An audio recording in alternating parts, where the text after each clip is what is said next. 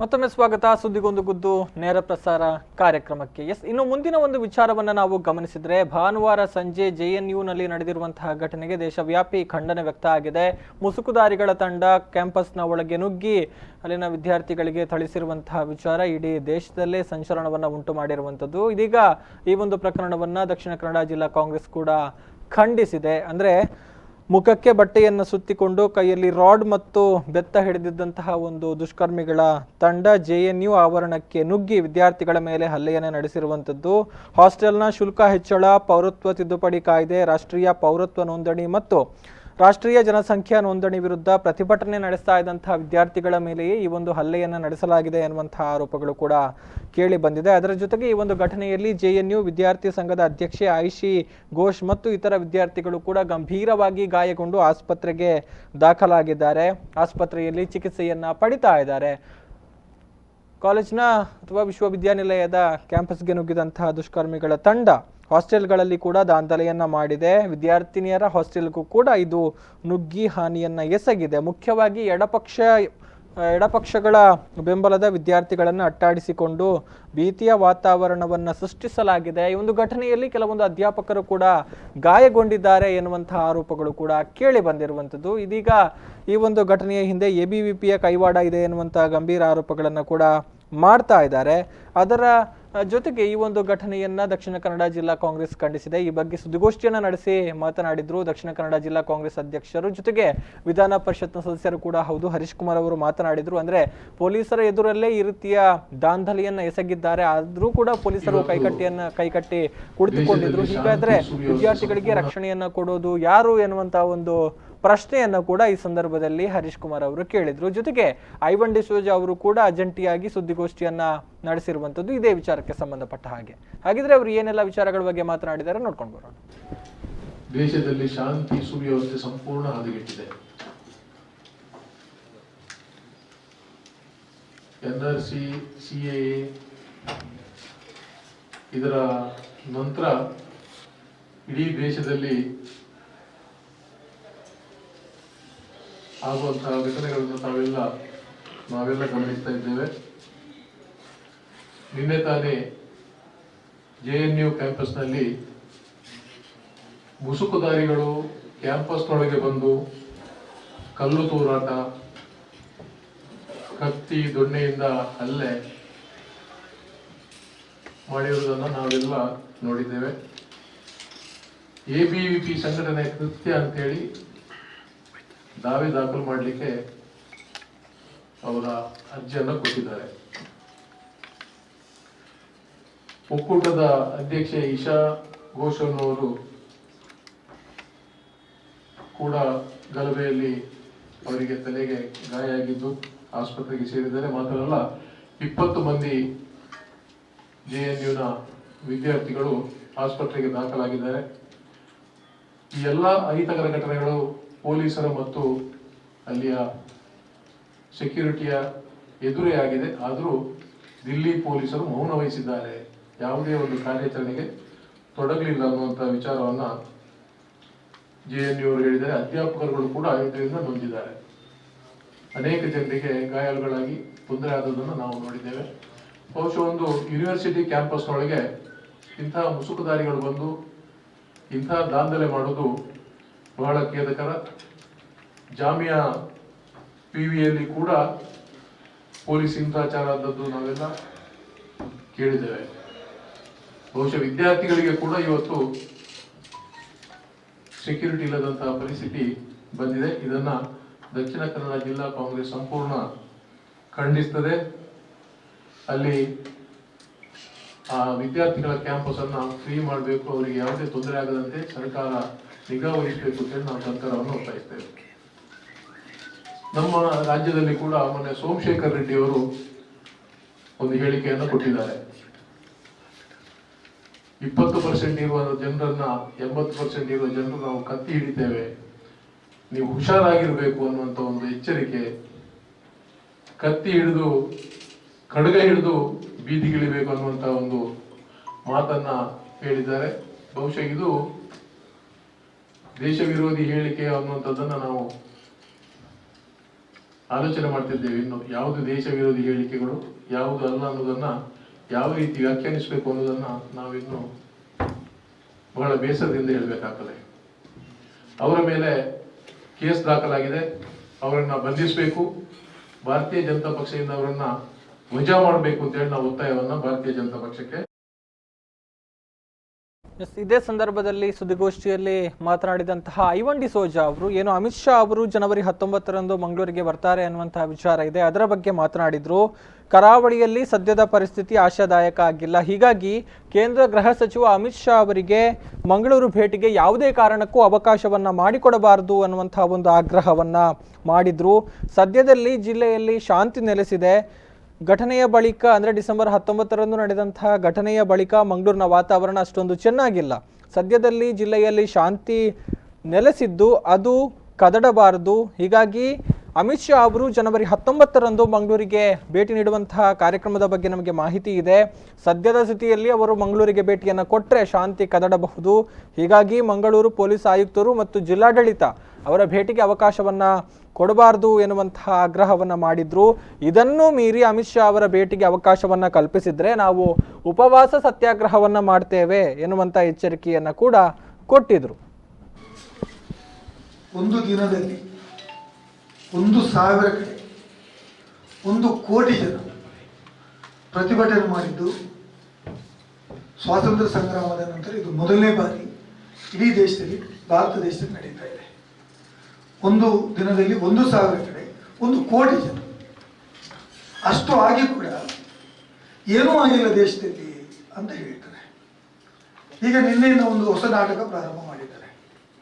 ನಾವು ಮನೆ ಮನೆಗೆ ಹೋಗ್ತೇವೆ ಮತ್ತು NRC ಮತ್ತು CAA ಬಗ್ಗೆ ನಾವು ಜನರಿಗೆ ಕನ್ವಿನ್ಸ್ ಮಾಡ್ತೇವೆ ಅಂತ ಹೇಳಿದ್ದಾರೆ.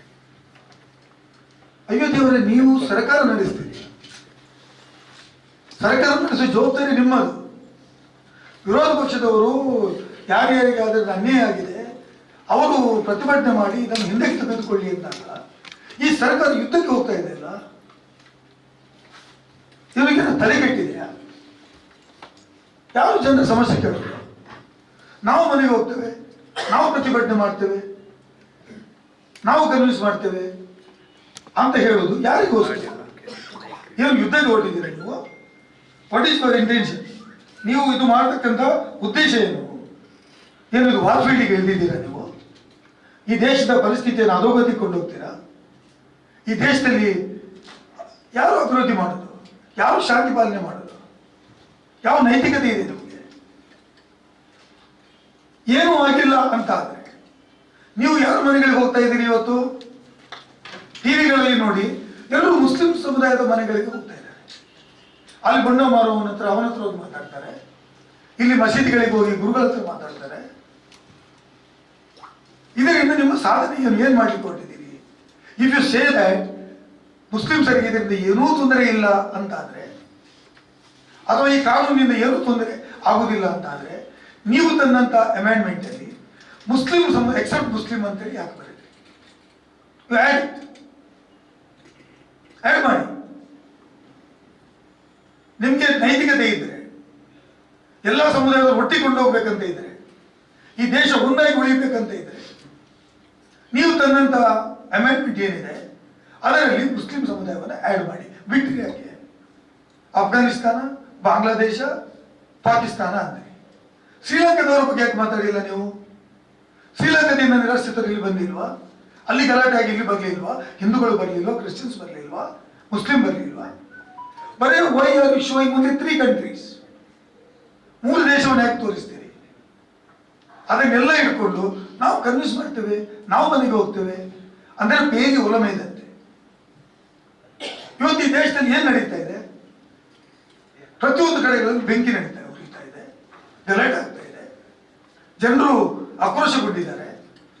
ಮತ್ತು ನೀವು ಏನು ಪ್ರತಿಭಟನೆ ಮಾಡ್ಲಿಕ್ಕೆ ಹೊರಟಿದ್ದೀರಿ ಅಂದ್ರೆ ಬರೀ ಮುಸ್ಲಿಂ ಸಮುದಾಯದವರಿಗೆ ಮಾತ್ರ ಸಮಸ್ಯೆ ಅಂತ ತೋರಿಸಲಿಕ್ಕೆ ಹೊರಟಿದ್ದೀರಿ. That is not the true fact. 60% of the population of the country ಇವತ್ತು ತೊಂದರೆಗೊಳಗಾಗ್ತಾರೆ. ಬೆಟ್ಟ ಗುಡ್ಡಗಳಲ್ಲಿ ವಾಸ ಮಾಡುವವರು, ಅನೇಕ ಪ್ರದೇಶಗಳಲ್ಲಿ ನಿರಾಶ್ರಿತರ ಇರುವ ಜನಗಳು, ಬೇರೆ ಬೇರೆ ಕಸುಗಳಲ್ಲಿ ಇರುವವರು, ಈ ಸಮಾಜದ ಕಟ್ಟಕಡೆಯ ಬಡವರು ಇವತ್ತು ಈ ಒಂದು ಪೌರತ್ವ ಕಾನೂನು ಒಳಗಡೆ ತೊಂದರೆಗೆ ಒಳಪಡ್ತಾರೆ. ನೀವು ಬರೇ ಮುಸ್ಲಿಮ್ಸರು ಮಾತ್ರ ಅಂತೇಳಿ ಮುಸ್ಲಿಮ್ಸರ ಮನೆಗೆ ಹೋಗ್ತಿದ್ದೀರಲ್ವಾ? ಮತ್ತು ಇದು ಒಂದು ದೊಡ್ಡ ಟಾಟಾ ಕಂಪನಿ ನಿಮ್ದು. ನಾವು CMಗಳು ಹೋಗುದು, ಮಂತ್ರಿಗಳು ಹೋಗುದು, ಏನ್ ಹೇಳಿದ್ದೀರಿ ಹೋಗಿದ್ದನ್ನು? ಅಲ್ಲಿ ಹೋಗಿ ಅವ್ರ ರಿಪ್ಲೈ ಏನು ಅದನ್ನು ಜನರಿಗೆ ತೋರಿಸಲ್ವಾ? ಮತ್ತು ಇದರಿಂದ ನಿಮ್ಮ ಮಾಡುವಂತ ಸಾಧನೆ ಏನು ಅಂತ ತೋರಿಸಲ್ವಾ? ಇವತ್ತು ಇಡೀ ದೇಶದಲ್ಲಿ ಇಂಥ ತೊಂದರೆಗಳಿದ್ದಾಗ ನೀವು ಮತ್ತು ಮನೆ ಮನೆಗೆ ಹೋಗಿ ನಾವು ಕನ್ವಿನ್ಸ್ ಮಾಡ್ತೇವೆ ಅಂತ ಹೇಳಿದ್ರೆ ಇದಕ್ಕೆ ಏನೂ ಅರ್ಥ ಬರೋದಿಲ್ಲ ಅಂತ ಹೇಳುದು ನನ್ನ ಒಂದು ವಿಚಾರ. ಅದು ಅಲ್ಲದೆ ನಿಮಗೆ ಈ ವಿಚಾರದಲ್ಲಿ ಮುಸ್ಲಿಮ್ಸರನ್ನ ಎಲ್ಲಿಯಾದ್ರೂ ಹೊರಗಡೆ ಇಟ್ಟರೆ ಉಳಿದ 80% ಈಗ ಹೇಳಿದ್ರಲ್ಲ ಸೋಮಶೇಖರ್ ರೆಡ್ಡಿ ಅವರು ಹೇಳಿದ ಹಾಗೆ, ಆಕ್ಚುಲಿ ನಿಮ್ಮ ಉದ್ದೇಶ ಅದು ಸೋಮಶೇಖರ್ ರೆಡ್ಡಿ ಹೇಳಿದ್ದು 80% ಒಂದು ಕಡೆ ಮಾಡಬೇಕು, ಉಳಿದ 20% ಇನ್ನೊಂದು ಕಡೆ ಮಾಡಬೇಕು. ಅವರು ಕರೆಕ್ಟ್ ಹೇಳಿದ್ದಾರೆ. ಬಿಜೆಪಿ ಎಜೆಂಡಾವನ್ನ ಅವರು ಹೇಳಿದ್ದಾರೆ. ಒಂದು ವೇಳೆ ನಿಮಗೆ ತಾಕತ್ತಿದ್ರೆ ಇಮಿಡಿಯೇಟ್ ಆಗಿ ಅವನಿಗೆ ಬಿಜೆಪಿ ಶಾಸಕತ್ವದಿಂದ ವಜಾ ಮಾಡಿ ಹೊರಗೆ ಹಾಕಿ. ಅವರಿಗೆ ಆಸಕ್ತಿ ಇದೆಯಾ? ಅದನ್ನು ಸಮರ್ಥನೆ ಮಾಡ್ತೀರಿ. ಮತ್ತು ನೀವು ಮುಸ್ಲಿಂ ಸಮುದಾಯದ ಹತ್ರ ಹೋಗಿ ಇಲ್ಲ ಇಲ್ಲ ನಿಮಗೆ ತೊಂದರೆ ಇಲ್ಲ, ನಿಮ್ಮ ಜೊತೆ ನಾವಿದ್ದೇವೆ ಅಂತ ಹೇಳಿದ್ದೀರಿ. ನೀವು ಹೇಳಿದ್ದನ್ನು ಯಾವುದಾದ್ರು ಮಾಡಿದ್ದೀರಾ ಇದುವರೆಗೆ 6 ವರ್ಷದ ಆಡಳಿತದಲ್ಲಿ? ಯಾವುದಾದ್ರು ಒಂದು ಕೆಲಸ ನಾವಿದು ಮಾಡ್ತೇವೆ ಅಂತ ಭಾಷಣ ಮಾಡಿದ್ದನ್ನು ತಮ್ಮ ಕ್ರಿಯೆಯಲ್ಲಿ ತೋರಿಸಿದ್ದೀರಾ? ಯಾವುದಾದ್ರು ಅಂತ ಕಾನೂನು ತಂದಿದ್ದೀರಾ? ಬರೀ ಈ ದೇಶವನ್ನ ತುಂಡು ತುಂಡು ಮಾಡಿ ಯಾವುದಾದ್ರೂ ಒಂದು ಇಶ್ಯೂ ಬೇಕು ನಿಮಗೆ. ಈಗ ಒಂದೇ ರಾಮ ಮಂದಿರ ಇತ್ತು, ಅದು ಈಗ ಸೆಟ್ಲ್ ಆಯಿತು. ಇನ್ನು ಯಾವುದಾದ್ರೂ ಒಂದು ಜ್ವಲಂತ ಸಮಸ್ಯೆ ನಿಮ್ಗೆ ಇರಲೇಬೇಕು. ಅದಕ್ಕಾಗಿ ರಾಜಕಾರಣಕ್ಕಾಗಿ ಈ ವಿಚಾರವನ್ನ ನೀವು ಜೀವಂತ ಇಡ್ಲಿಕ್ಕೋಸ್ಕರ ಇಲ್ಲ ನಾವು ಮಾಡ್ತೀವಿ ಅಂತ ಹೇಳ್ತಾರೆ. ಇದರ ಬಗ್ಗೆ ಗೊಂದಲ ಸೃಷ್ಟಿ ಮಾಡಿದವರು ಯಾರು? ರಾಷ್ಟ್ರದ ಪ್ರಧಾನಮಂತ್ರಿಗಳು ಹೇಳಿದ್ರು ಇಲ್ಲ ನಾವು ಪೌರತ್ವ ಕಾಯ್ದೆ ಜಾರಿಗೆ ಮಾಡೋದಿಲ್ಲ. ಇವರು ಹೇಳಿದ್ರು ಯಾರು? ಹೋಮ್ ಮಿನಿಸ್ಟರ್, ನಾವು ಒಂದು ಇಂಚು ಹಿಂದೆ ಹೋಗೋದಿಲ್ಲ, ನಾವು ಅದನ್ನು ಜಾರಿ ಮಾಡಿಯೇ ಶುದ್ಧು ಅಂತೇಳಿ ಮಾತನ್ನ ಹೇಳಿದ್ರು. ಗೊಂದಲ ಮಾಡಿದ್ದು ನೀವೇ.